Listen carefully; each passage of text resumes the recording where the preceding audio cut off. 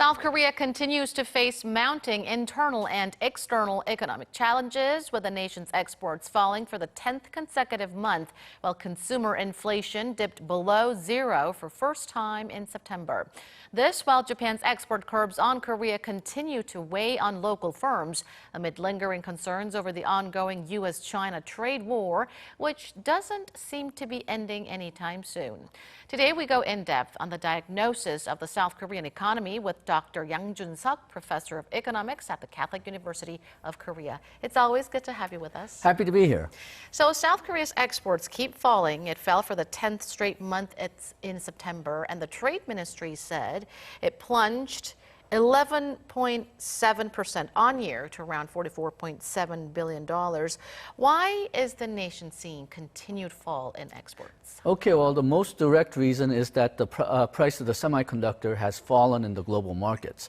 Since the semiconductor forms the largest block of our exports, lower prices obviously will mean that the export value will come down. But there's also an unusual circumstance. Last year in September, we had an unusually high exports of semiconductors, about $12.4 billion. So when we compare this year to last year, that extra high amount of exports really is making this month look pretty bad. And then, the global increase in trade, the global growth in trade is falling very drastically. It hasn't hit a negative growth yet, but still, the WTO estimates that it will only grow this year by 1.2%, whereas just 6 months ago they were estimating that the global growth will grow by 2.6% this year. Now, the last time that the world experienced a slowing growth in trade, Korea had negative export growth.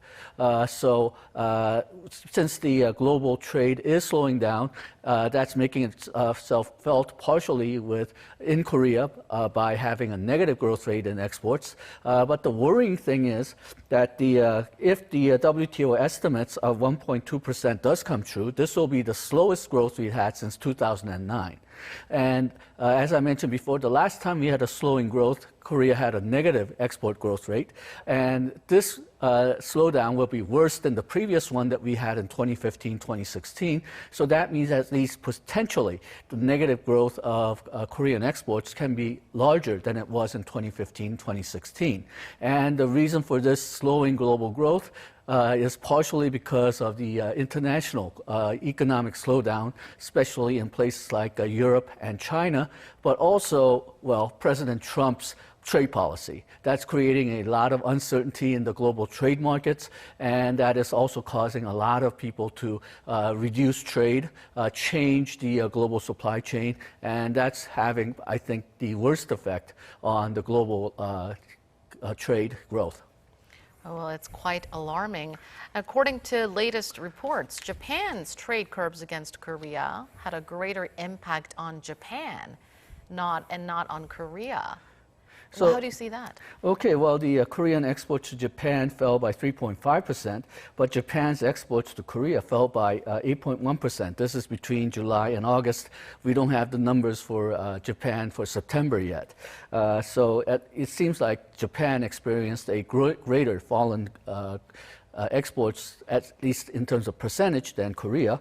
The proportion of Korea in Japan's exports increased from 6.3% to 6.9% between June and August. So, in a sense, Japan's dependence on Korea actually has risen.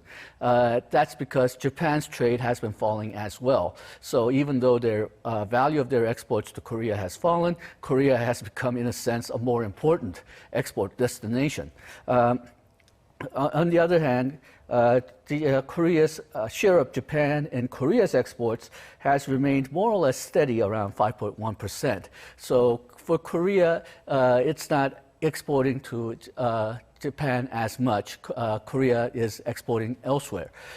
So Korea's dependence on Japan seems to have fallen, while Japan's dependence on Korea actually seems to have risen. Part of that is because, we've been very concerned about Japan's export restrictions to Korea.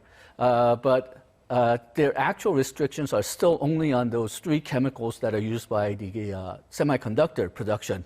And those 3 chemicals actually are not that much of the share of a trade with Japan.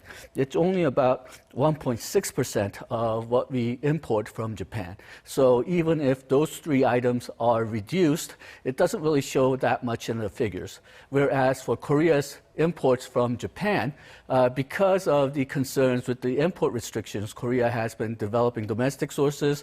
Korea has been diversifying the imports of those crucial components from somewhere other than Japan. So that explains why Korea's dependence on Japan has fallen, while Japan's dependence on Korea seems to be roughly the same or even increased because, well, Japan's exports to elsewhere, like Korea and other major exporting countries, their value of exports seems to have fallen. Now, given that our economy is an export-driven economy, a long-term export slump is undoubtedly one of the economic perils that we face today. How long before we see a turnaround in the falling trend of exports? Well, the WTO estimates that I talked about earlier, that shows a drastic reduction in the growth rate estimates for this year and next year as well. Next year's estimate has been falling from 3% range in the beginning of the year to about 2.7% right now. That's for global increase in growth in trade. And WTO has also remarked that even though they revised the figure downwards to 2.7%, it's likely to be revised even more downwards because right now all the trends, all the indicators seems to be getting worse rather than better. So as I mentioned before, when the global growth in trade slows down, Korea experiences a negative growth in exports. And if the next year's growth is about as bad as WTO expects, then we could probably count on negative growth in exports to continue until the global growth of trade recovers. So I would say at least this first half of next year, maybe even more. Things aren't looking much better domestically. For the first time on record, Korea's consumer price growth dropped into the negative territory in September. What are the main causes, and what does this minus consumer inflation imply? Okay, well, there's 2 major factors accounting for the negative increase in price, and that is, first of all, the demand is very weak. So Korean pressure for inflation has been low throughout to begin with. But we have been able to avoid this problem in the past.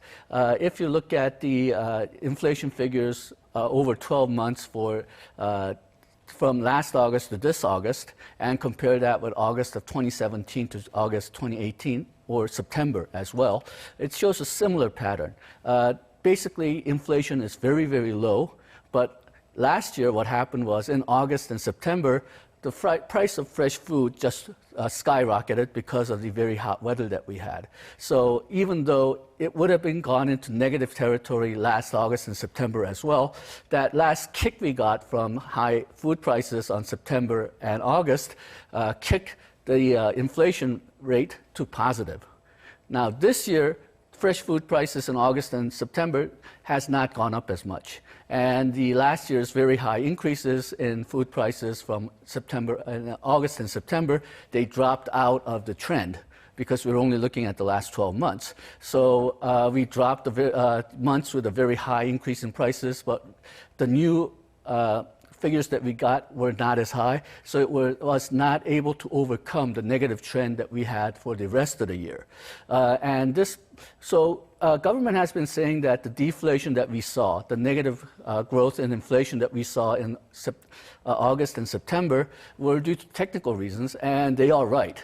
But it hides the fact that we had a very low inflation for the entire year. The fact that we had this very low inflation means that there's very low demand, and that makes recovery, that makes the getting out of the low growth that we have very difficult. And so it is still very concerning. You can look at this by what we call core inflation rate.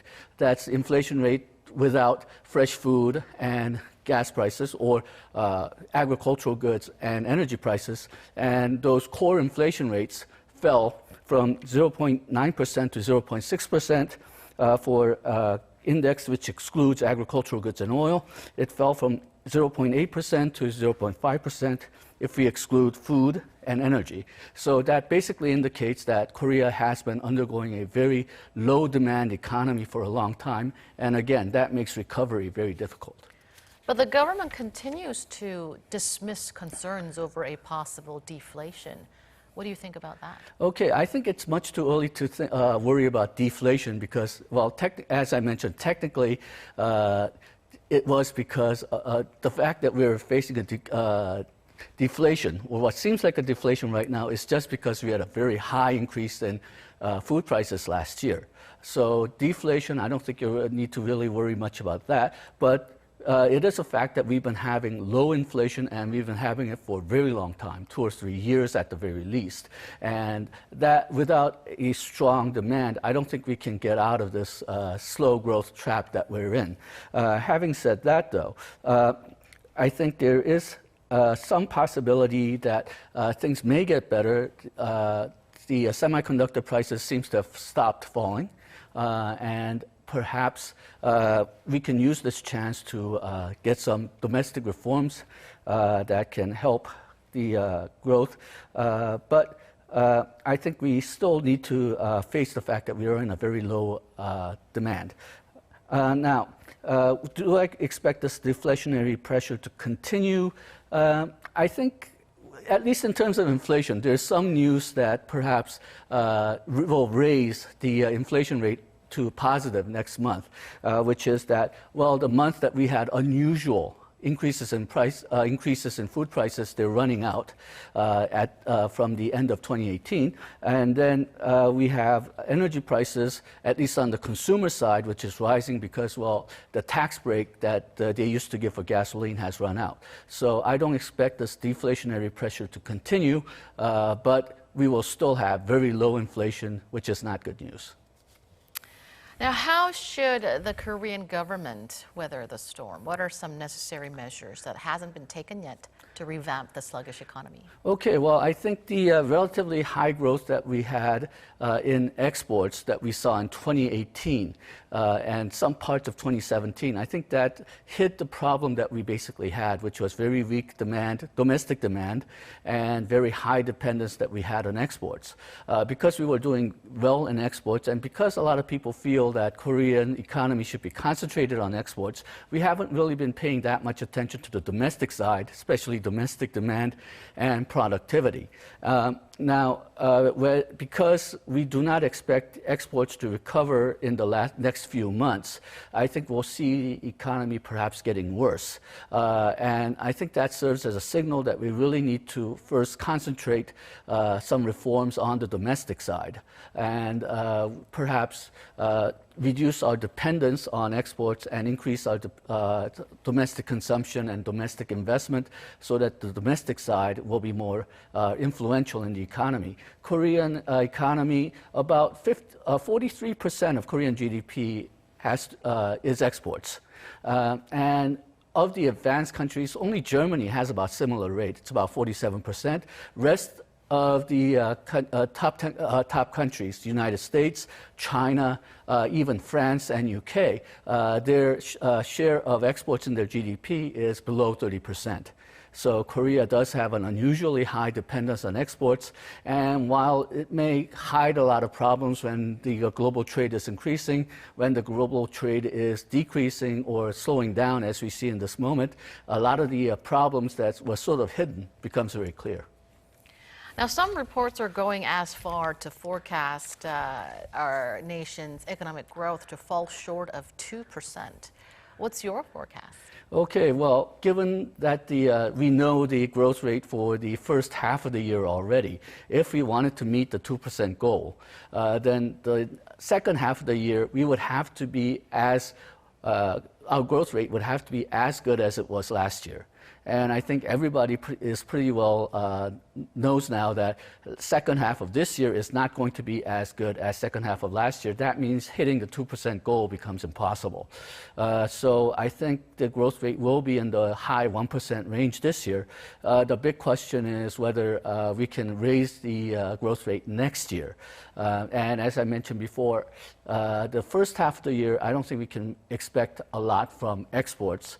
So a lot will depend on how we deal with domestic economy, but that would require a lot of reforms. That would require a lot of effort from the Bank of Korea as well as expansionary fiscal policy.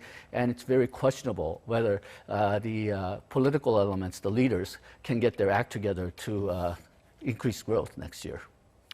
So a lot of time and a lot of efforts are needed, but we do need to focus now on the domestic consumption and domestic investment. Thank you, as always, Dr. Young, for your insights tonight. Thank you.